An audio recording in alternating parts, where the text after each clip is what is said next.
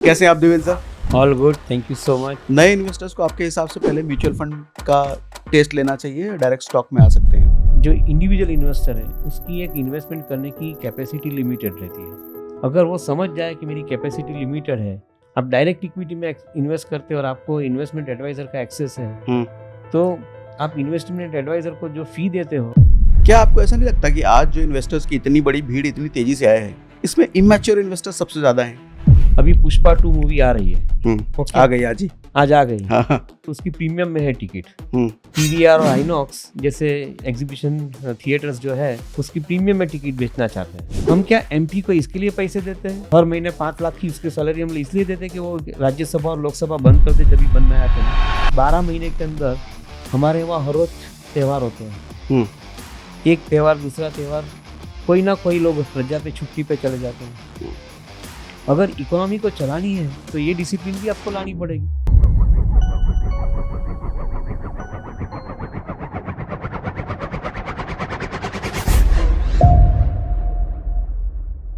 आज हम जिनके साथ बैठे हैं 38 साल का मार्केट का तजुर्बा रखते हैं, 16,000 करोड़ का एओ मैनेज करते हैं, एमडी ऑफ डीआर चौकसी, देवेंद्र चौकसी सर। कैसे हैं आप Devendra sir? All good, thank you so much. आपसे अब तक न्यूज़ चैनल के माध्यम से बहुत कुछ सीखा है सर, और ये प्रिविलेज है मेरे लिए कि आपके सामने आज बैठ करके बात करने का मौका मुझे मिल रहा है। मुझे भी इतनी खुशी है कि आपके साथ मैं बातचीत कर रहा हूँ थैंक यू सर। और जो भी मैं समझता हूँ सबके साथ में बांट देता हूँ, तो मुझे उसकी भी खुशी है। अमेजिंग। अच्छा, मेरा पहला सवाल आपसे ये है सर कि आप जब मार्केट में आए थे 38 साल पहले, सेंसेक्स अराउंड 100 रुपये के आसपास का रहा होगा उस टाइम पे, आज 80,000 क्रॉस कर चुका है। तो मार्केट में ह्यूज ट्रांजेक्शन नो डाउट आपने देखा होगा। तो मैं थोड़ा आपसे ये जानना चाहूँगा कि मार्केट का ट्रांजेक्शन कैसे कैसे क्या क्या देखा आपने? बहुत अच्छा सवाल है। आई थिंक पुराने दिन की थोड़ी याद भी आ जाती है हाँ, उसके अंदर। जब भी हमने शुरू की थी जर्नी, वो समय के अंदर एक चीज़ हमें फिजिकल मार्केट मिला था ओपन आउटक्राई सिस्टम के साथ में। मेरी चार्टर्ड अकाउंटेंसी के बाद जब भी मैं स्टॉक मार्केट के अंदर मेरी ऑफिस के अंदर ज्वाइन हुआ, तो मुझे हर तरह की ट्रेनिंग लेनी ज़रूरी बनती थी।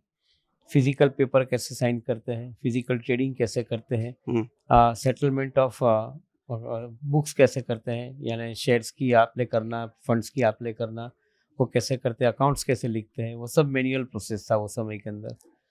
तो आई थिंक शुरुआत तो ऐसे ही हुई कि जिसके अंदर हम लोग ने काफ़ी हद तक मैनुअल ऑपरेशंस किए। साथ में मेरा बैकग्राउंड कंप्यूटर्स का था, मैंने प्रोग्रामिंग का एक अनुभव लिया था। तो साथ में हमने इमीडिएटली 2 साल के अंदर पूरा कंप्यूटराइजेशन प्रोसेस सेट कर दिया था वो टाइम के अंदर। ओके। तो जो कि ओपन आउटक्राई सिस्टम चालू थी मार्केट के अंदर, बैक ऑफिस हम लोग ने कंप्यूटराइज कर दी। तो काफ़ी हद तक हम स्टॉक मार्केट के अंदर वो चीज़ के अंदर लीड ले चुके थे। आनंद है ये चीज़ का कि हमारे बाद I think most of the brokers started adopting computerisation. Okay. तो ये एक अच्छा मेमोरी भी है। अच्छा, हम लोग ने एक सुझाव, एक सॉल्यूशन भी कस्टमर्स को दिया था वो समय के अंदर। We could handle large part of the transaction in those days. बाद में ओपन आउटक्राई सिस्टम के साथ में भी जुड़े रहे, और उसके साथ में जब भी ऑनलाइन ट्रेडिंग का जब भी बदलाव आया, तो वो समय के अंदर स्टॉक एक्सचेंज ने एक कमेटी बनाई थी। वो कमेटी के अंदर उन्होंने मुझे चुना फॉर ऑनलाइन ट्रेडिंग के माध्यम के अंदर मार्केट को ट्रांजिट करने के लिए।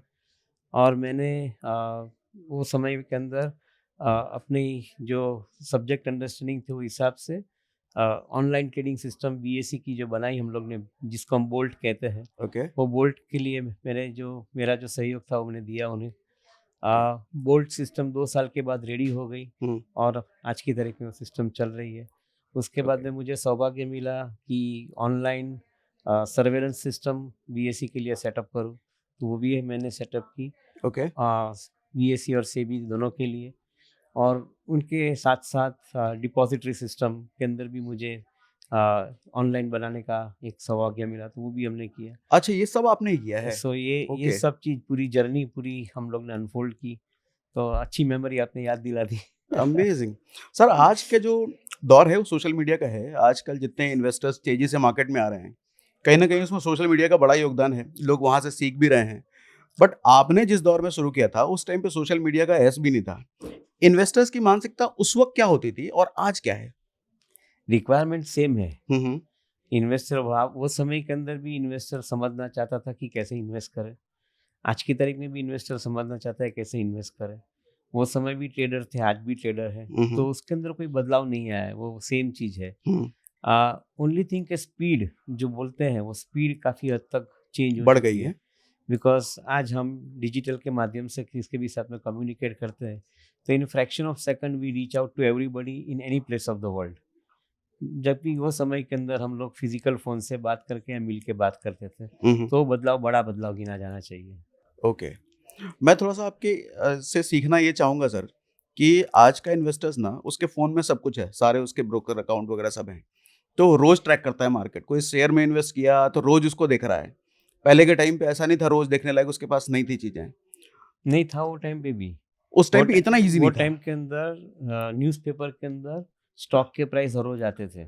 हाँ, हर रोज़ शाम को प्रिंटेड भाव कॉपी आती थी, रोज़। हर रोज़। लेकिन तो आज तो हर मिनट वो देख रहा है फ़ोन में। हाँ, वो जो अभी तो भई समय बदल चुका है। हाँ, आप सब चीज़ इंस्टेंटेनियसली देख रहे हो, हुँ। तो वो तो डेफ़िनिटली उनका एडवांटेज भी है, ये सर्टेनली। प्रॉब्लम है, इसका एडवांटेज ज़्यादा है या प्रॉब्लम ज़्यादा है?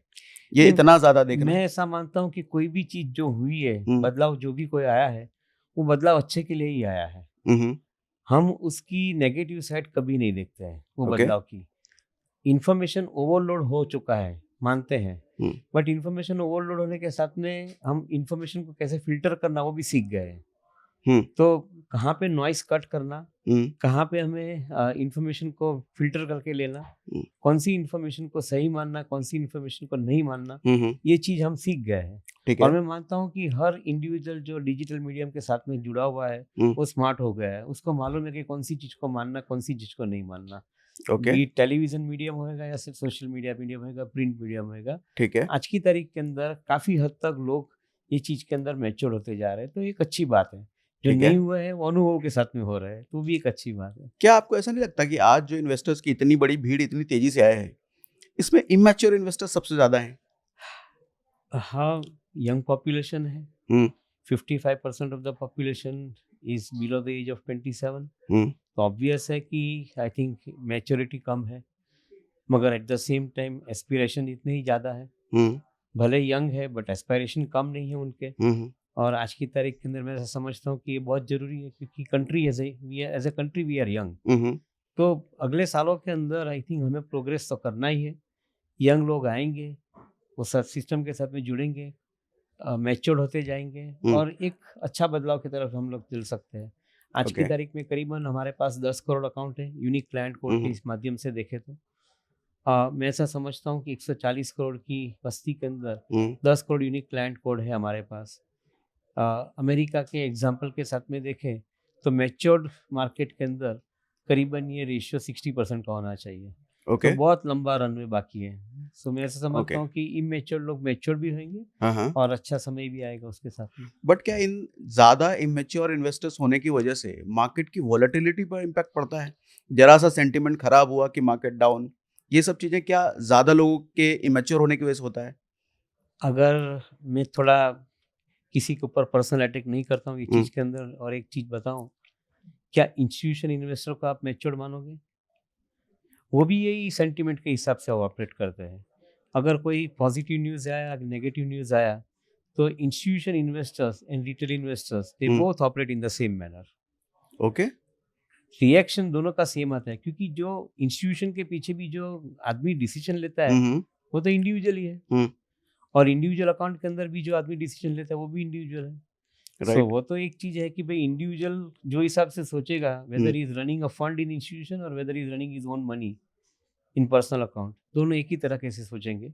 हाँ, एक बात ज़रूर है कि इंस्टीट्यूशन इन्वेस्टर जो है, हुँ, उसके पास थोड़ी मैच्योरिटी ज़्यादा होएगी, because he is working with system, he is ठीक है, वर्किंग विद इकोसिस्टम्स। हुँ, तो उसके पास थोड़ी मैच्योरिटी डेफ़िनिटली ज़्यादा होएगी। हुँ, हुँ, बट सेंटिमेंट्स दोनों के लिए सेम काम करते हैं। ओके, सो मैं ऐसा मानता हूँ कि उसके लिए कोई मैं इमैच्योर इन्वेस्टर इंडिविजुअल को बताना वो वाजिबी नहीं हुँ, हुँ, रहेगा। हुँ, हुँ, क्योंकि मैं मानता हूँ कि काफ़ी time individual investors are more matured, ऐसा कैसे? Because I think they are अनुभव है उनके पास। जो अनुभव जिसके पास है उसके साथ मैच्योरिटी भी आ चुकी तो है। अनुभव उनके पास ज़्यादा नहीं होगा इंस्टीट्यूशनल वालों के पास? ज़रूरी नहीं है। आज की तारीख में फंड मैनेजर की उम्र 25 साल से 35 साल है। ओके, उन्होंने एक साइकिल या 2 साइकिल इन्वेस्टमेंट की देखी है। हुँ, जो इंडिविजुअल इन्वेस्टर है उन्होंने 40 साल की साइकिल देखी है, तो 5 साइकिल उन्होंने देखी है। 8 साल की एक साइकिल बनती है जैसे मार्केट के अंदर। तो जिसने 40 साल का अनुभव लिया है उसने 5 साइकिल देखी है। जो फंड मैनेजर ने 10 साल का अनुभव लेके फंड मैनेज कर रहा है उसने 1 या 1.5 साइकिल देखी है। तो जरूरी नहीं है कि इंडिविजुअल के पास अनुभव कम हो।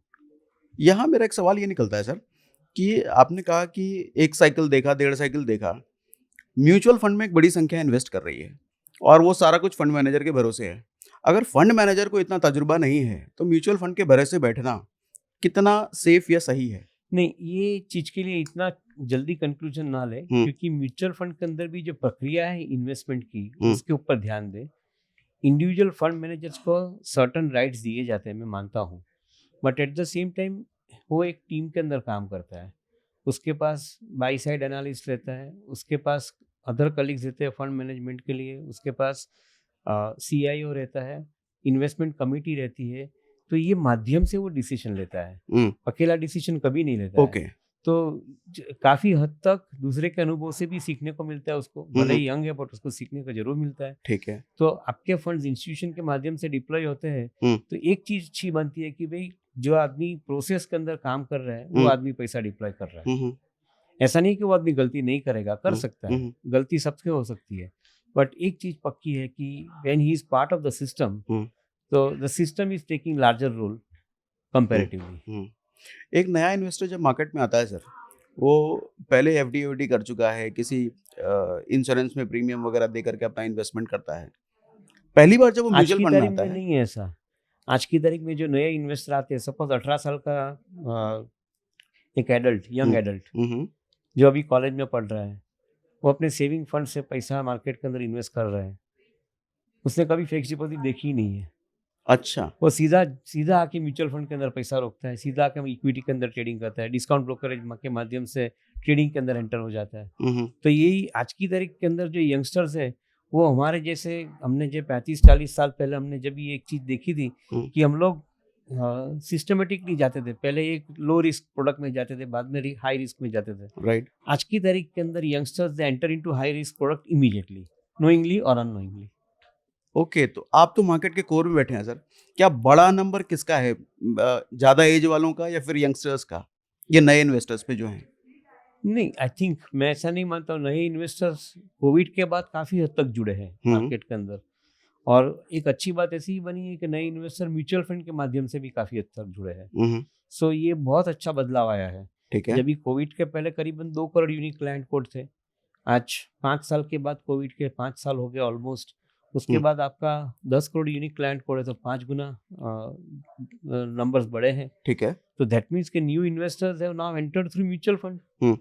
सो जो मैच्योर्ड इन्वेस्टर है वो इतनी जगह पे, इनमें एज का क्या है कि ज़्यादा इन्वेस्टर्स यंग हैं या 30 above? Through mutual fund SIP, yes, young हैं। यस। Okay. यंग इन्वेस्टर, उसका एग्जैक्ट एज मुझे मालूम नहीं रहेगा, बट आई थिंक SIP के माध्यम से जो इन्वेस्टर एंटर हो रहे हैं, they are largely in the below 35 category of customers.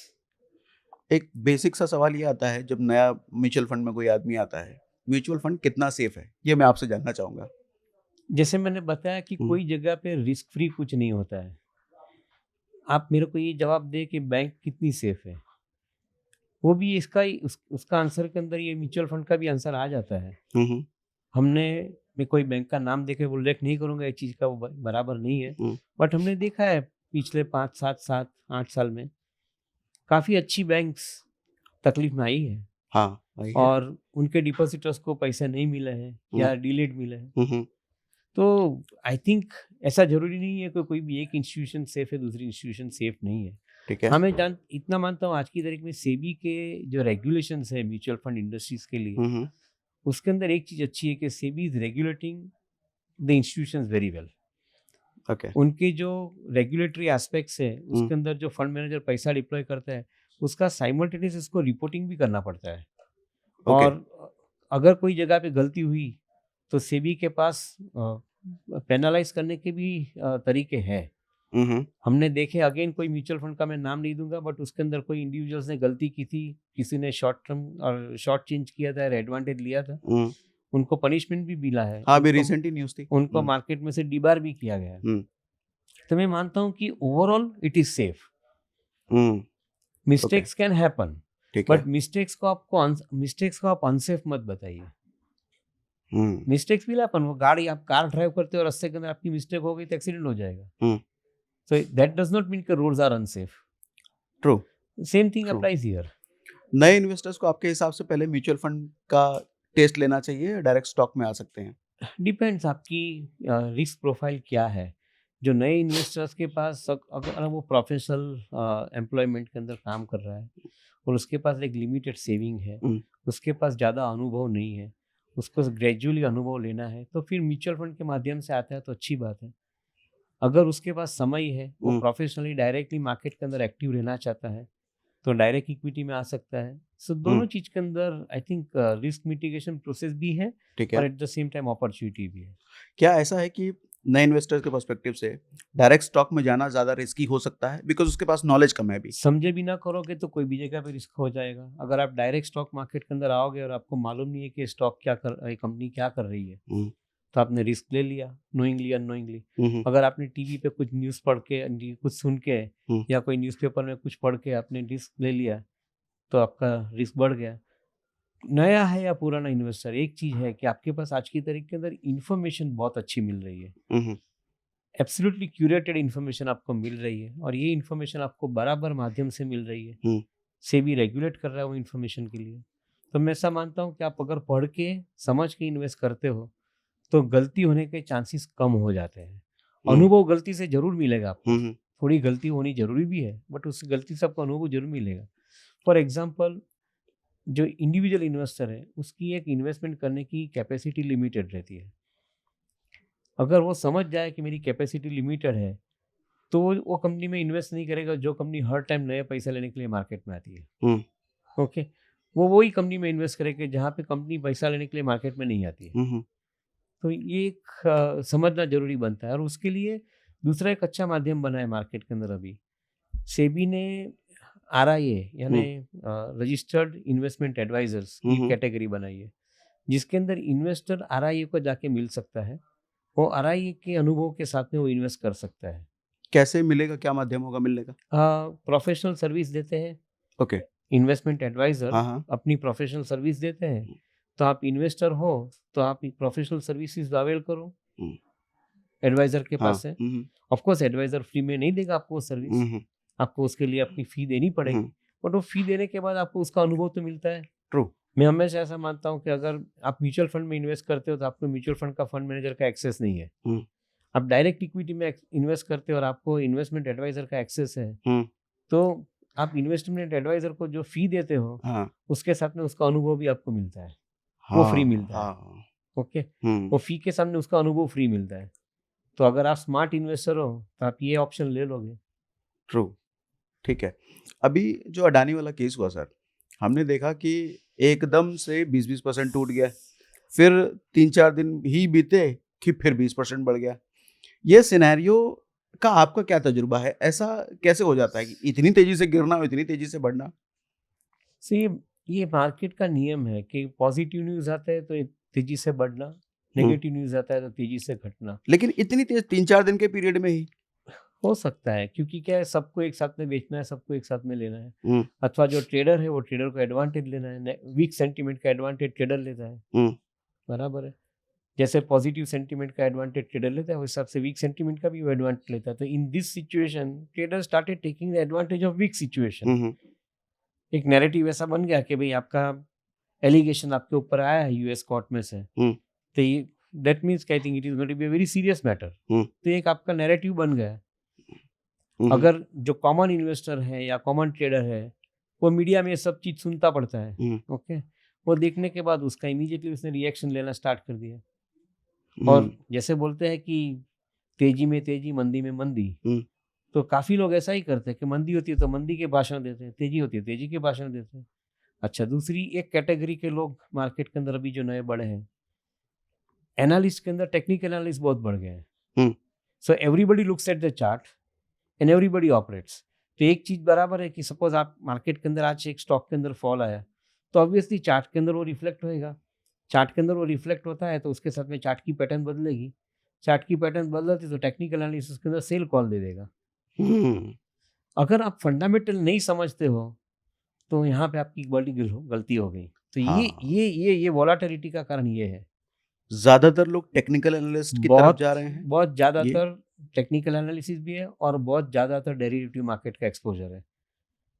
₹1 का कैश मार्केट के बिजनेस के अंदर हम्म, नॉर्मल डे के अंदर ₹40 के ऊपर डेरिवेटिव में का धंधा हो रहा है, 40 times and above. Okay, India is the most speculative market of the world. Okay, कोई खुशी की बात नहीं है, बट जो हिसाब से हम रेगुलेशंस बना के ये मार्केट को चला रहे हैं, डेरिवेटिव के मार्केट को, हम्म, दुख की बात है। हमने रेगुलेशंस कंट्रोल, स्पेकुलेशन कंट्रोल करने के लिए रेगुलेशंस बनाए हैं, हम्म, बट वो रेगुलेशंस के वीक और लूपहोल्स इतने हैं कि पूरे का पूरा मार्केट डेरिवेटिव की ट्रेडिंग में चल रहा है। ये एक सबसे जो रोल ओवर का टाइम, जब एक्सपायरी ऑफ कॉन्ट्रैक्ट होता है तभी दुगना टर्न ओवर हो जाता है। हम्म, ₹40 की जगह पर ₹80 का टर्न ओवर हो जाता है ठीक है, ₹1 के सामने। हाँ, तो ये बहुत गलत हो रहा है। हम्म, फिर भी आई थिंक रेगुलेटर अपनी मेहनत कर रहा है, उनको जो समझ में आ रहा है वो हिसाब से वो डिसीजन भी ले रहे हैं। हम्म, मेरा ऐसा मानना है कि उन्होंने जो डिसीजन अभी तक जो लिए हैं, हम्म, उसके अंदर एक्सप्रेसवे के ऊपर उन लोगों ने स्पीड ब्रेकर बनाने के डिसीजन लिए हैं। हम्म, ये एक बहुत थोड़ा ऐसा क्रिटिकल रिमार्क्स भी है, बट अगर आपने एक्सप्रेसवे बनाया है तो एक नियम है कि एक्सप्रेसवे के ऊपर गाड़ी स्पीड से चलेगी। हम्म, अगर आप उसके अंदर स्पीड ब्रेकर बनाओगे तो आपको एक्सप्रेसवे नहीं बनाना चाहिए था। नॉर्मल हाईवे चलता था आपके लिए, नॉर्मल रोड चलते थे आपके लिए। डेरिवेटिव मार्केट के अंदर सेम हुआ है। डेरिवेटिव मार्केट आपने हेजिंग के लिए बनाया, लिक्विडिटी के लिए बनाया, लेवरेज के लिए बनाया, लोग नेकेड आ रहे हैं उसमें। राइट? तो हम्म, उसमें अंदर आपने क्या है, हम्म, अगर वो आपने बनाया है तो अपना पर्पस सर्व हो गया, मार्केट में लिक्विडिटी क्रिएट की, हम्म, डेप्थ हुई, ये पर्पस सर्व हो गया। हम्म, वो समय के अंदर जब 2001 में जब आप ये रेगुलेशन लाए थे, तभी आपने एक मार्केट लॉट की एक रेगुलेशन लेके आए थे रेगुलेटर के हिसाब से कि भाई छोटे इन्वेस्टर इसके अंदर ना आए। 1 लाख का मार्केट लॉट पहले था, वो बाद में 2 लाख का हुआ, बाद में वो 5 लाख का हुआ, बाद में 10 लाख का हुआ, अभी 20 लाख का हो रहा है। ट्रू, जो स्पेकुलेशन है वो कम नहीं हुआ है, वो हर फर्क नहीं पड़ने वाला कुछ हर इससे। स्टेज से स्पेकुलेशन बढ़ा है। ऑन द कंट्री आप ऐसा कर रहे हो कि जो जिसकी लिमिट नहीं है उसको आप ज़्यादा स्पेकुलेट करवा रहे हो। ये गलत हो रहा है। हम्म, वो actually I think it's not a good analogy, but अगर आपकी एक पैग लेने की क्षमता है, आपको कोई पूरा ग्लास भर के दे देगा ड्रिंक, आपकी क्या हालत हो जाएगी? सेम मार्केट लॉट की यही परिस्थिति है। इंडिविजुअल इन्वेस्टर या कोई भी इन्वेस्टर की ₹1 लाख की रिस्क लेने की कैपेसिटी है, आप उसको बोल रहे हो आप 20 लाख का एक्सपोजर लो। और गलत ज्यादा लत गलत लगवाने हो वाली रहा चीज है। है। हाँ, उसकी जगह पे ये होना ये चाहिए कि आपका डेरिवेटिव का ट्रेडिंग का लिमिट आपका डिपॉजिटरी का जो पोर्टफोलियो है उसके साथ में लिंक हो जाना चाहिए। अगर ओके, आपका ₹100 का डिपॉजिटरी का पोर्टफोलियो है, आप एक लिमिट सेट कर दो कि ₹10 से या ₹20 से ज़्यादा ट्रेड नहीं कर पाओगे।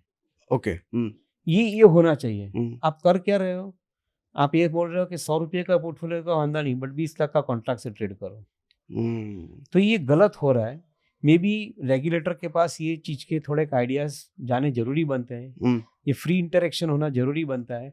Before they take any kind of regulatory decisions, उनके पास ये चीज़ का एक फ्री इंटरेक्शन का होना बहुत ज़रूरी बनता है। आज की तारीख में रेगुलेटर करता क्या है कि वो सबके पास फीडबैक इनवाइट करता है, रिटर्न फीडबैक इनवाइट हाँ, करता है। रिटर्न फीडबैक इनवाइट करने के बाद डिसीजन जो लेता है वो खुद की मर्जी से ही लेना है। उसके अंदर रिटर्न फीडबैक का क्या रोल हुआ वो किसी को मालूम नहीं है। तो जो लोग जेन्युइनली फीडबैक देना चाहते हैं वो लोग कभी रिटर्न फीडबैक देते ही नहीं है। क्योंकि कोई एक्शन नहीं हो रहा, उनको लग रहा है सुनवाई नहीं हो रही। और जो लोग सिस्टम को थोड़ा बहुत मैनिपुलेट करना चाहते हैं या सिस्टम को थोड़ा बहुत चेंज करना चाहते हैं, वो लोग रिटर्न फीडबैक दे देते हैं। मेरा ऐसा मानना है कि current feedback mechanism has to be interactive and it should not be one sided. Monologue नहीं होना चाहिए, इंटरैक्टिव होना चाहिए। कोई भी रेगुलेशंस आप इंप्लीमेंट करते हो उसके अंदर इंटरेक्शन के बाद पॉजिटिव और नेगेटिव व्यू लेने के बाद आपको रेगुलेशन इंप्लीमेंट करने जरूरी बनते हैं। अगर आप ये नहीं कर पाते हो तो सिस्टम के अंदर स्ट्रेस भी बढ़ेगा, उसका रिस्क भी बढ़ेगा और उसके आउटकम जो है वो नेगेटिव आएंगे। तो ये बहुत स्पष्ट तरीके से मैं ये चीज़ को सामने रख रहा हूँ। उसके अंदर मेरा कोई ऐसा इरादा नहीं है कि मैं रेगुलेटर के ऊपर कोई शंका व्यक्त करूं, बट एक चीज़ जरूरी बनती है कि यहाँ पे थोड़े बहुत काम करने के जो अनुभव है उसके साथ में हम बताते हैं कि थोड़ा आपको इसके अंदर बदलाव लाना जरूरी बनता है। एज ए रेगुलेटर आप बहुत अच्छा काम कर रहे हो, but at the same time you are not looking at the result. जो आप रिस्क मैनेज करना चाहते हो रिस्क मैनेज हो नहीं रहा है, on the country risk her time बढ़ रहा है। हम्म दूसरा एक नेगेटिव एस्पेक्ट ये आ रहा है कि 20 लाख का कॉन्ट्रैक्ट करने से हम्म, काफ़ी हद तक जो स्पेक्यूलेटर है, जो छोटा स्पेक्यूलेटर है या जिसको लिमिटलेस स्पेक्यूलेट करना है, वो मार्केट के बाहर निकल जाएगा, डब्बा ट्रेडिंग करेगा। हाँ अभी ये एक बहुत बड़ी बुरी प्रक्रिया है एक्चुअली डब्बा ट्रेडिंग की, बट ये चलता है। रेगुलेटर अपने हिसाब से रेड करते हैं, डब्बा ट्रेडिंग वाले को पकड़ते हैं, पेनल्टी देते हैं, सब करते हैं, बट एक पेनल्टी देते हैं तो दूसरे 4 खड़े हो जाते हैं। ट्रू। बोलते हैं ना कि चोर के 4 हाथ होते हैं, तो वो तो काम कर सकता है। तो मैं ऐसा बताता हूँ कि रेगुलेशन ऐसे मत लाइए कि जिसके अंदर आपको लूप होल निकले। रेगुलेशन आप सही तरीके से लाइए। आई थिंक काफ़ी हद तक डेरिवेटिव मार्केट का पर्पस सब हो सकता है। आपके हिसाब से नए ट्रेडर के लिए डेरिवेटिव मार्केट पर आपकी राय क्या है? आना चाहिए, नहीं आना नहीं चाहिए? करना चाहिए। नहीं करना चाहिए। सेलिंग बाइंग कुछ नहीं करना चाहिए। If you are a fresh hmm, entrant into the market, हम्म, नहीं करना चाहिए। जब तक आपके पास एक रिस्क लेने की कैपेसिटी नहीं बनती है, तब तक आपको डेरिवेटिव मार्केट को टच नहीं करना चाहिए। हम्म, और अगर आपको डेरिवेटिव मार्केट के अंदर टच करना ही है, तो रेगुलेटर को एक सलाह है कि भाई आप एक प्रोफेशनल फंड मैनेजर के माध्यम से डेरिवेटिव का फंड लाने की एक पॉसिबिलिटी जो है, हम्म, काफ़ी फंड आर्बिट्रेज फंड के हिसाब से भी काम कर रहे हैं, हम्म, तो वो फंड को ज़्यादा आप बढ़ावा दें, सो दैट ओके, जो छोटे इन्वेस्टर है वो ये फंड के माध्यम से मार्केट में एंटर हो सके। बाकी अभी डायरेक्ट एंट्री नहीं देनी चाहिए। नहीं देनी चाहिए। नहीं देनी चाहिए। मैंने बोला ना कि आपके पास जब तक आपका डीपी पोर्टफोलियो एक वैल्यू का नहीं होता है, हम्म, तब तक आपको डेरिवेटिव मार्केट के अंदर एंट्री नहीं देनी चाहिए। हाँ। डीपी पोर्टफोलियो कितना होना चाहिए आपके हिसाब से? नहीं, ये तो definitely I think it's not permanent number. हाँ, हाँ, it can evolve over a period of time. $1 trillion का मार्केट कैपिटलाइजेशन था, तभी पोर्टफोलियो शायद सपोज ₹100 का हो, हम्म, और $4 ट्रिलियन का मार्केट कैपिटलाइजेशन के साथ में पोर्टफोलियो ₹500 का हो, वो संभवित है। ओके। तो वो तो मार्केट की वेल्थ जो बढ़ती है उसके साथ में आप आपका मिनिमम पोर्टफोलियो की वैल्यू बना सकते हैं। बट आप कह रहे हो कि एक रेशियो होना चाहिए, 100 रेशियो अगर रुपीस उधर है 100% तो होना 10 चाहिए। रुपए का डेरिवेटिव करो। होना चाहिए, डेफिनेटली होना चाहिए। जो हम्म, इन्वेस्टर के पास एक वैल्यू से नीचे बिजनेस पोर्टफोलियो है, हम्म, उसको डेरिवेटिव मार्केट में एंट्री नहीं मिलनी चाहिए। वो बहुत पक्की बात है। अगर आप कैपिटल ट्रू मायने में सर्टिस अपना प्रोटेक्ट करना चाहते हो, तो ये बहुत पक्की बात है। और आजकल तो ये सर नए बच्चे स्टूडेंट्स कर्जा लेकर के उधार मांग करके डेरिवेटिव मार्केट में आ रहे हैं, ऑप्शन बाइंग कर रहे हैं और पैसा खराब करके जा रहे हैं। वो होएगा ना, आप इतना सी एक तो सबसे पहला है कि उसको ऑनलाइन मिलता है, हम्म, वो ऑलरेडी ऑनलाइन से जुड़ा हुआ है, उसको ऑनलाइन ऐप के माध्यम से आप मार्केट में ला रहे हो। हम्म, अच्छा, उसको फ्री ट्रेड दे रहे हो हम्म, विदाउट चार्जिंग एनी मनी। हाँ, कि अभी काफ़ी डिस्काउंट ब्रोकरेज हाउस ने भी अभी थोड़ा अपने चार्जेस डालने शुरू करे, बट अदरवाइज फ्री ट्रेड दे रहे हो। हम्म, अगर आप फ्री ट्रेड दोगे, आप सट्टा करने के लिए किसी को इनवाइट करोगे और बाद में बोला कि उसको पैसा नहीं तोड़ना चाहिए मार्केट के अंदर, तो कहाँ का हुआ? इट इज़ लाइक कि आपका नो एंट्री का बोर्ड है, हम्म, उसके अंदर सामने पुलिस खड़ा है, नो एंट्री में गाड़ी चलाते जाओ, हम्म, तब तक पुलिस को कोई वांधा नहीं है, और वन हम्म, फाइन डे आरटीओ आके बोलता है कि आपने गलत किया, वो कैसे चल सकता है? हाँ, नो एंट्री का बोर्ड है तो जाना ही नहीं चाहिए उसके अंदर, ट्रू, बराबर है? True, true, true. तो ये derivative market for X class of investor should be a no entry board. हम्म, उधर उसका केवाईसी नहीं होना चाहिए। फिर भी ऑप्शन सेलिंग एक सेफ मोड नहीं है। बाइंग से बचो, नहीं, at least option buying selling. Buying is relatively safer mode compare to selling. Selling में तो अनलिमिटेड लायबिलिटी हो जाती है आपकी। ठीक है। आप कॉल ऑप्शन सेल करो हाँ, या हाँ, पुट हाँ, ऑप्शन हाँ, सेल करो, यानी मंदी करो या तेजी करो, हाँ, उसके अंदर आपकी लायबिलिटी अनलिमिटेड हो जाती है। हाँ, एटलीस्ट आप बाय ऑप्शन करते हो तो उसके अंदर एटलीस्ट आप प्रोटेक्शन इंश्योरेंस तो आपने पे कर, प्रीमियम तो आपने पे कर दिया, उससे ज़्यादा आपकी लॉस नहीं होने वाली है। बट ऐसा नहीं है क्या सर कि सेलिंग में स्टॉप लॉस भी काम कर सकता है, आपका हेजिंग भी काम कर सकता है? बाइंग में तो आदमी अभी आपने एग्जांपल लिया कि भाई नए इन्वेस्टर के पास ये अनुभव तो है नहीं। हम्म, ओके, नया इन्वेस्टर की हालत ऐसी है कि उसने टू व्हीलर सीखा है, हम्म, आप उसको बोल रहे हो मर्सिडीज चला ले, हम्म, स्टॉप लॉस एम्प्लॉय कर ले, हाँ, अपनी पोजीशन डबल कर ले, कम कर ले। हाँ it is like I think the person who is knowing how to drive two wheeler, उसको आप बोल रहे हो मर्सिडीज चला ले। हाँ, मतलब तजुर्बे वाली बात हो गई है। हाँ, हाँ ठीक है। जब तक आपको ये एक्सपीरियंस नहीं मिला तब तक आप कहाँ से उसको एक्सपेंसिव व्हीकल दोगे? हम्म, वो भी आपको समझना है ना। This is an option trading is an expensive vehicle. It's an expensive vehicle, it's not a cheap vehicle. True. ये समझना बहुत जरूरी है, चीप नहीं है। अभी जो एफआईआई का चल रहा है सर, पिछले 3-4 दिनों से पॉजिटिव है, बट एक लंबे समय तक बिकवाली रही है। आपका क्या स्टैंड है, ऐसा क्यों हो रहा है? देखिए, सबसे पहले एफआईआई के अंदर एक चीज आपका ऐसा है कि अ, दो तरीके के इन्वेस्टर है एफआईआई के अंदर भी। हम्म, एक लंबे दरसे का इन्वेस्टर है और दूसरा ट्रेडर है। जैसे हमारे मार्केट के अंदर आप इंडिविजुअल को ट्रेडर बोलते हो, फॉरेन इंस्टीट्यूशन इन्वेस्टर्स के वहाँ ट्रेडेड फंड ही आते हैं। ईटीएफ है, इंडेक्स फंड है, ट्रेडेड फंड है वो। हम्म, उनका काम खाली ट्रेडिंग करना है मार्केट के अंदर। हम्म, उनको रिसर्च के साथ में कुछ ज़्यादा लंबा लगता नहीं है। ओके। बराबर है। अगर आप रेगुलेटर के हिसाब से सबसे पहले एक चीज़ नक्की कर दो कि जो फंड है उसका जो मैंडेट है वो हिसाब से उसको बाइफरकेट कर दो। हम्म, अगर मैं ईटीएफ हूँ या इंडेक्स फंड हूँ तो मुझे बाइफरकेट कर दो ट्रेडर के हिसाब से। अगर मैं लॉन्ग टर्म इन्वेस्टमेंट फंड हूँ तो मुझे बाइफरकेट कर दो इन्वेस्टर के हिसाब से। और बाद में आप डेटा देना शुरू करो ठीक है। कि एफपीआई ट्रेडर, एफपीआई इन्वेस्टर। उसके बाद में आपका क्वेश्चन का आंसर देना बहुत अच्छा हो जाएगा। क्योंकि जो मार्केट में अक्टूबर महीने में और नवंबर महीने में जो एफपीआई पैसा लेके गया है वो ज़्यादातर ट्रेडर लेके गया है। अच्छा। ज़्यादातर ट्रेडर लेके गया है। Okay okay. उसके साथ में थोड़े इन्वेस्टर का भी फंड निकला है, ऐसा नहीं है हाँ, कि नहीं हाँ, निकला है, बट हाँ, ज़्यादातर ये पैसा ट्रेडर लेके गया है। क्योंकि ट्रेडर का काम है एक मार्केट में ट्रेड करना, दूसरे मार्केट में छोड़ना। वो हाँ, काम करते रहता है। हम्म, इंडिया में बेचा, चाइना में लिया, हम्म, चाइना में बेचा, वापिस इंडिया आ गया। हम्म, तो वो ग्लोबल ट्रेडर का काम है। आप उसको ट्रेडर बोलना शुरू करो। हाँ, वो अगर आप इन्वेस्टर नहीं अगर है। आप ट्रेडर बोलोगे हम्म, तो पूरे पब्लिक को मालूम पड़ जाएगा कि ये ट्रेडिंग का वॉल्यूम है, ये इन्वेस्टमेंट का वॉल्यूम है। अगर ओके। अगर ये हम नहीं कर रहे हैं तो आई थिंक आप सब लोग उसको ट्रेड एफपीआई बोले तो आप बोलते हैं फॉरेन इन्वेस्टर। हम्म, वो इन्वेस्टर नहीं है, वो ट्रेडर भी है।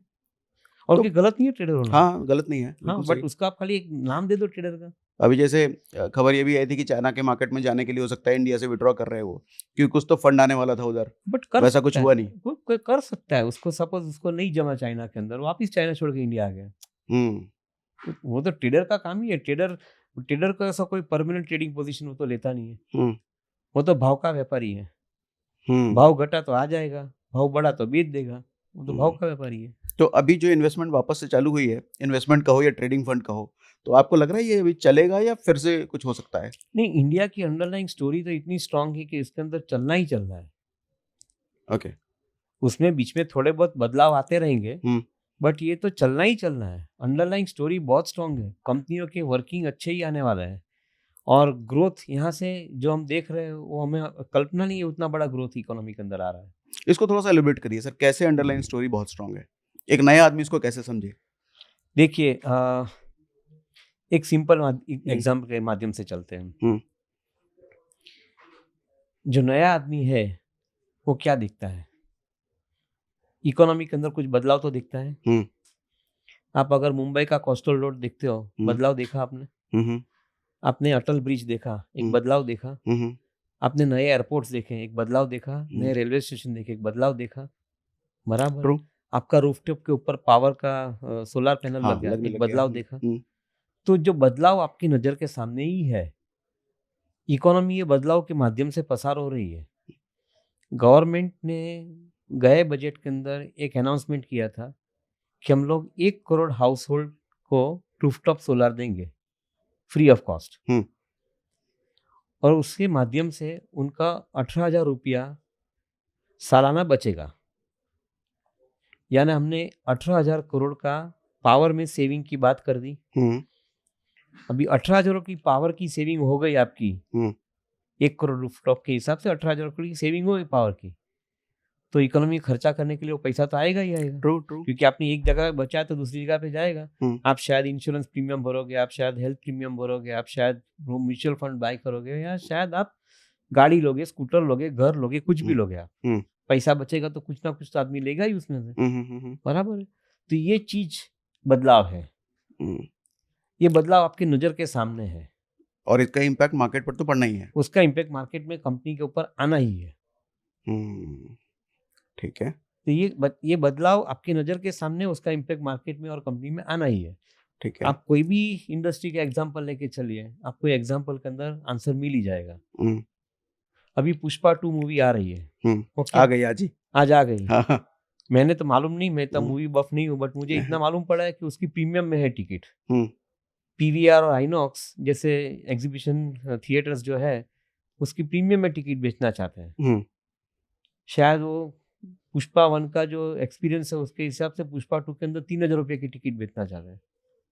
हम्म, तभी जो माध्यम से टिकट बाय करेगा हम्म, आदमी, हम्म, और जो कंपनी को उसका एडवांटेज मिलेगा, तो ये कॉमन सेंस है कि आपके नज़र के सामने उसको पैसा ज़्यादा ही मिलेगा। और हम्म, मुझे मालूम नहीं उसको कितना पैसा कलेक्शन में मिलेगा, क्योंकि वो हम्म, तो बॉक्स ऑफिस का कलेक्शन है, मालूम पड़ेगा। हम्म, बट जो हिसाब से चर्चा हो रही है, हम्म, एनीवेयर बिटवीन 500 टू 1000 करोड़ के बीच में ये कलेक्शन होने वाला है, ट्रू। हो मिनिमम सकता है, हाँ हाँ। इतना उसके बीच में होने वाला है। हम्म, अभी इतना बड़ा पैसा आता है तो कोई ना कोई जगह पे तो उसका स्पेंडिंग चालू हो जाएगा। हाँ। तो ये बदलाव जो है हम्म, वो आपके नज़र के सामने है, खाली आपको चीज को समझना है, पकड़ना है, हम्म, और थोड़ा बहुत ये चीज के साथ आपको अनुभव लेना है। ठीक है। आपके हिसाब से जीडीपी जो का जो नंबर अभी कमा है सर, इसकी क्या वजह है? समझना जरूरी बनता है। क्या? जनरली आपके इलेक्शंस होने के बाद हम्म, रिजल्ट जो आया वो जून महीने में आया। हम्म, जनरल इलेक्शन के रिजल्ट जून महीने में आए। बजट आपका जुलाई में आया। हम्म, बजट के अंदर allocation of funds for infrastructure और सब चीज की गई, और जुलाई में आने के बाद मॉनसून सीजन के हिसाब से वो फंड एलोकेट होकर प्रोजेक्ट में गए ही नहीं। ट्रू। तो सितंबर एंडेड क्वार्टर तक इकोनॉमिक एक्टिविटी काफी हद तक बैकसीट ले चुकी है। हम्म, अक्टूबर के आसपास सब इकोनॉमिक एक्टिविटी बढ़नी स्टार्ट हो गई है। हम्म, आपके दुर्भाग्य से कंट्री के अंदर नवंबर महीने भी इलेक्शन हुआ, हाँ। बड़े स्टेट के अंदर। हम्म, ये कंट्री ब्लेस्ड है, हर साल के अंदर 5 स्टेट के अंदर इलेक्शन होता है, और 5 स्टेट के अंदर इलेक्शन होता है, तभी 3 महीना 4 महीना इलेक्शन के माध्यम से आप बिगाड़ देते हो हम्म, हर साल के अंदर। हाँ। यानी एटलीस्ट 1/4 ईयर आपका मिनिमम हर साल बिगड़ता है। हम्म, और 5वें साल में जब भी लोकसभा का इलेक्शन आएगा तभी 6 महीना बिगाड़ते हो आप। बाद में आप बोलते हैं जीडीपी क्यों नहीं बढ़ा। हम्म, हम आपके एक क्वेश्चन पूछना चाहते हैं, हम्म, आपको एक कोई रस्सी से बांध दे और कोई पीछे से खींच के पकड़ के रखे आपको, हम्म, और बाद में आपको बोले आप भागो, हाँ। बताइए भाग क्या आप? आपकी इकोनॉमी की ये हालत है। आप ओके। एक एक कार्यक्रम ऐसे रखते हो इकोनॉमी के अंदर जो इकोनॉमी को भागने की जगह पे रुकाने की मेहनत करता है। ओके। ये बंद होना चाहिए। जो प्राइम मिनिस्टर ने सुझाव दिया है कि 1 नेशन 1 इलेक्शन, वो 5 साल में एक ही इलेक्शन होना चाहिए। बाद में स्टेट का है, सेंटर का है, कोई भी इलेक्शन हो, एक ही इलेक्शन होना चाहिए। उसमें आप 6 महीना बिगाड़ दो, हमें कोई प्रॉब्लम नहीं है, हाँ, बट हर साल में 6-6 महीना मत बिगाड़ो। एक नया पर्सपेक्टिव दिया आपने सर। ओके। तो आप इकोनॉमी को चलाने के लिए जो माध्यम है, वो माध्यम मैंने अभी जो एक एग्जांपल दिया कि एक्सप्रेसवे के ऊपर स्पीड ब्रेकर मत डालो। आपकी इकोनॉमी एक्सप्रेसवे पे है, हम्म, आप स्पीड ब्रेकर डाल रहे हो, इलेक्शन लाओ, हाँ, लोकसभा बंद कर दो, हम्म, राज्यसभा बंद कर दो। हम्म, हम क्या एमपी को इसके लिए पैसे देते हैं? टैक्स पेयर का पैसा इसलिए एमपी को जाता है, हर महीने 5 लाख की उसकी सैलरी हम इसलिए देते हैं कि वो राज्यसभा और लोकसभा बंद कर दे, जब भी बंद में आया तभी। अगर आप डिसीजन ही नहीं लोगे हम्म, तो इकोनॉमी चलेगी कहाँ से? और इकोनॉमी का आउटपुट है वो जीडीपी है। हम्म, आपने बहुत अच्छा क्वेश्चन पूछा, जीडीपी क्यों नहीं बढ़ा? हम्म, मैंने आपको बहुत अच्छी तरह समझा, आपने रस्सी से खींच के रखा है जीडीपी को। छोड़ दो ये रस्सी को, हम्म, ये जीडीपी आपका 10% हो जाएगा। ओके। मगर छोड़ना जरूरी बनता है। ये रस्सी पकड़ के रखोगे तो जीडीपी नहीं बढ़ेगा। तो आपके हिसाब से हम अभी 5th पे हैं, 3rd पे आने में कितना समय लगेगा सर? मुझे उसका आंसर नहीं मालूम है, हाँ, बट एक चीज मुझे मालूम है कि आपकी इकोनॉमी बहुत अच्छे माध्यम में है, अभी बहुत अच्छी तरह से चल रही है, हम्म, और ये तरीके से इकोनॉमी चली तो ज़्यादा समय नहीं लगेगा। हम्म, आज की तारीख में $4 ट्रिलियन की इकोनॉमी है। हम्म 2035 के अंदर ये इकोनॉमी, मेरा ऐसा मानना है, $12 ट्रिलियन की होने की पूरी संभावना है। हम्म बट उसके लिए आपको थोड़े बदलाव लाने पड़ेंगे। ये हमारी जो पॉलिटिकल सिस्टम है वो एक्चुअली हमारी इकोनॉमी की दुश्मन है। हम्म एक तो सबसे पहले 400-500 पॉलिटिकल पार्टी नहीं होनी चाहिए, हम्म वो पुराने जमाने का सिस्टम चल रहा है। हम्म आपको 2 पॉलिटिकल पार्टी बस हो गई, एक चलाती है और एक अपोज करती है। हम्म दैट इज कॉल्ड डेमोक्रेसी। वही हम्म होना चाहिए। हम्म ये इतनी 500 पार्टी होके आपको कोई फायदा नहीं होने वाला है। हम्म तो ये सबसे पहले बदलाव लाना है, इलेक्शन सिस्टम में बदलाव लाना है। ओके, जो जो जगह पे आपके रोड ब्लॉक्स बने हैं वो हम्म। सब रोड ब्लॉक्स को आपको हटाना है। आप ये हटा देते हो तो आपकी स्पीड जो है वो और जोर से बढ़ेगी। अगर चाइना 20 साल तक डबल डिजिट जीडीपी में ग्रो कर सकता है तो इंडिया क्यों नहीं कर सकता है?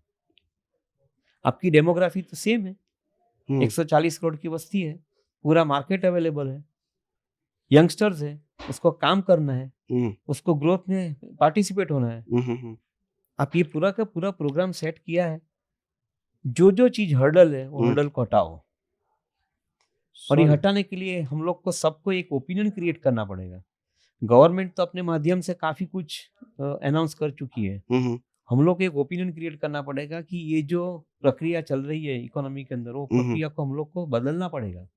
हम्म हम्म एक कॉमन मैन को मैं मानता हूँ कि ज्यादा कोई फर्क नहीं पड़ता है, वो इलेक्शन आता है उसको कोई फर्क नहीं पड़ता है। बट जो हिसाब से हम इकोनॉमी चला रहे हैं हम्म समझ में नहीं ऐसे चल रही है।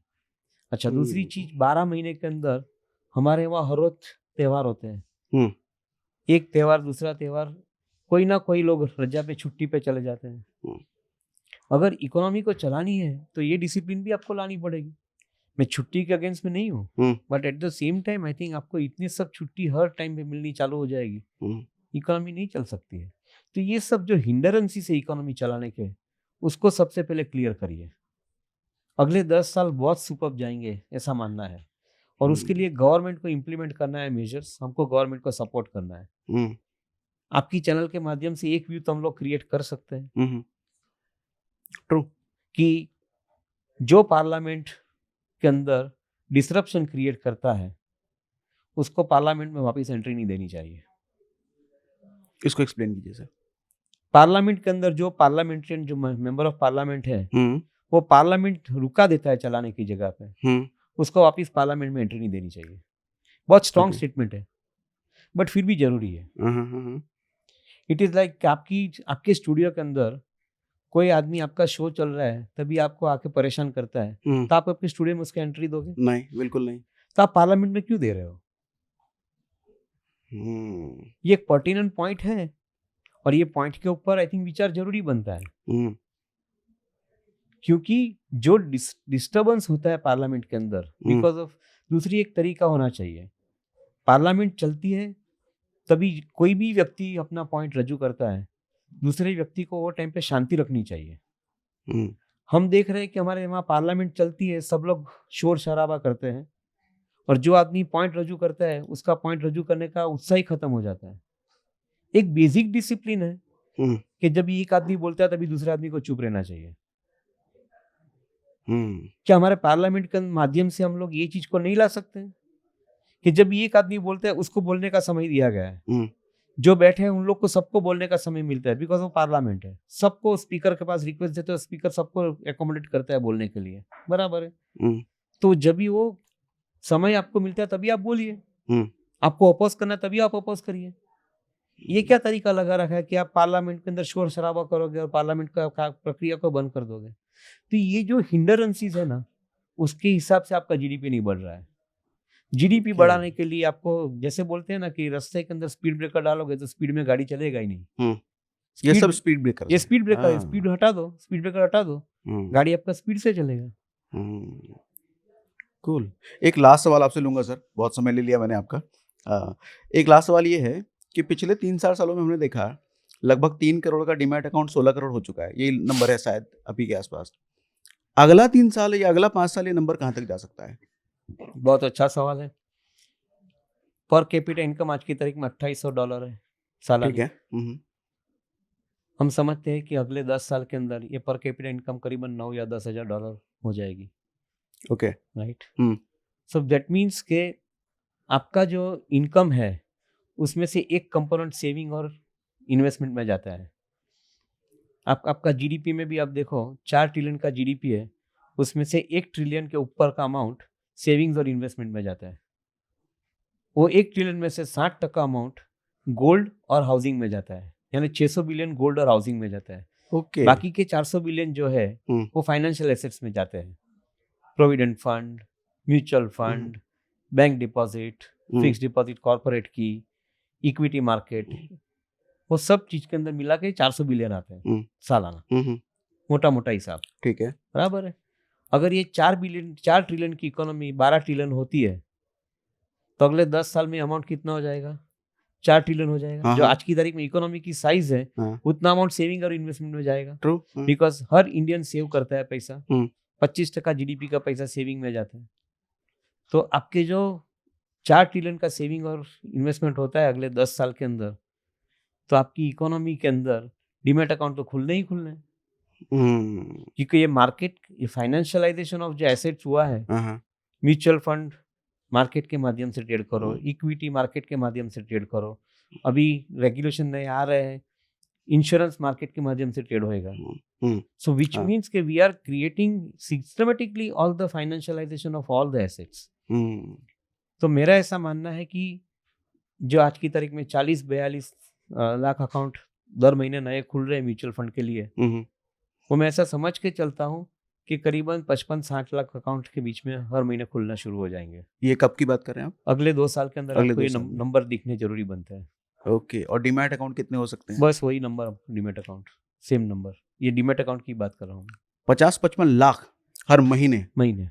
अमेजिंग। ठीक है। सालाना 6 करोड़ 6.5 करोड़ अकाउंट आपके खुलेंगे। आपको रनवे है 50 करोड़ 60 करोड़ अकाउंट खोलने तक। अभी तो अपनी शुरुआत की है, ये रनवे अभी बाकी है, पूरे का पूरा रनवे आपके सामने है। तो बहुत बड़ी सिचुएशन है, बहुत बड़ी अपॉर्चुनिटी है।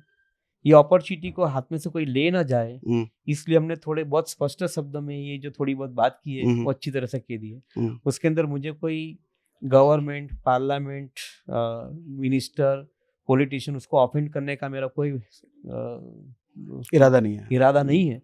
But at the same time एक अवेयरनेस आना जरूरी बनता है कि अगर हमको अच्छी इकोनॉमी देखनी है तो हमको थोड़ी मेहनत करनी पड़ेगी। ये जो एक्टिविटी हो रही है उसके अंदर हमको भी थोड़ा सहयोग देना पड़ेगा गवर्नमेंट को कि भाई आप 1 नेशन 1 इलेक्शन को जल्दी इम्प्लीमेंट करिए। आपको पार्लियामेंट चलाने के लिए एक थोड़े नए तरीके बनाइए। अच्छा, पार्लियामेंट का नया हाउस तो बना दिया, तरीके पुराने हैं, तरीके भी बदलने चाहिए। ट्रू। पुराने तरीके से आप क्या नया पार्लियामेंट का हाउस चलाओगे? सॉलिड। ऑटोमेटिक गाड़ी आ गई है, ऑटोमेटिक गाड़ी को क्या आप गियर वाली गाड़ी के जैसे चलाओगे, फिएट एम्बेसडर के जैसे? नहीं। फिर चेंज तो लाना ही है आपको। सॉलिड। बहुत मजा आया सर आपसे बात करके, बहुत कुछ मुझे सीखने को मिला, और थैंक यू वेरी मच, आपने इतना समय दिया। Thank you Devendra sir, thank you. My pleasure.